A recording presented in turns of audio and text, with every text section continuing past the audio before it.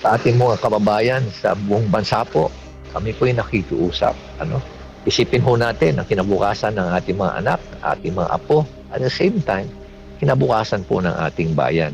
Wag po tayong padadala dyan sa mga korap na opisyal at korap na politiko na yan na binibili tayo. At masama pa ho, niluluto tayo sa sarili nating mantika. Nagkakaroon tayo ng utang na loob na sa kanila na akala natin yung perang ibinibigay sa atin galing sa kanilang bulsa.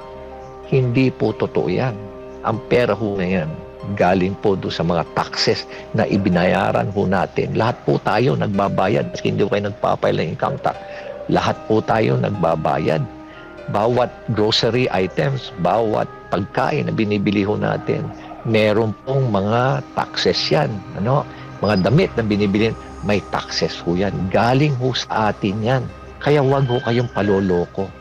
Piliin po natin para ho sa kinabukasan ng ating mga anak at mga apo at sa ating bayan at ng ating bayan. Sana ho itong 2025 elections, piliin na po natin yung mga matitinong mga kandidato. Wag na po tayong paloloko.